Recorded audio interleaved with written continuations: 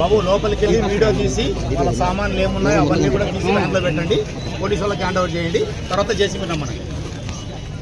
Okay, ready sir. అందరికీ నమస్కారం అండి. ఈరోజు సర్వే నంబర్ 106-1 పాపంపేట విలేజ్కి సంబంధించి 68 సెంట్ల విస్తీర్ణంలో 1990లోనే సివిల్ కోర్టు ఇద్దరు వ్యక్తుల మధ్య ఉండే వివాదాన్ని ఇప్పుడు ఎవరైతే ఇక్కడ ఇల్లు నిర్మించుకొని ఉన్నారో వాళ్ళు ఆక్రమణదారులు అని చెప్పి నిర్ధారించడం జరిగింది.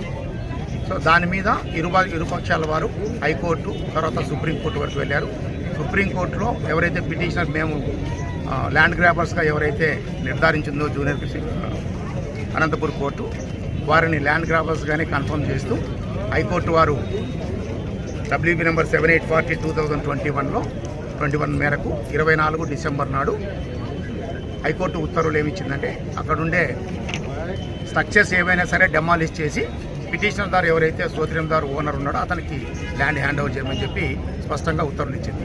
దాని మీద మాకు ఎలాంటి తదుపరి ఉత్తర్వులు రాలేదు కాబట్టి డ్యూ ప్రొసీజర్ ప్రకారం ఫారం 6, 7, 5 అన్ని నోటీసులు లబ్ధిదారులు ఎవరైతే ఉన్నారో వాళ్ళందరికీ కూడా సర్వ్ చేయడం జరిగింది.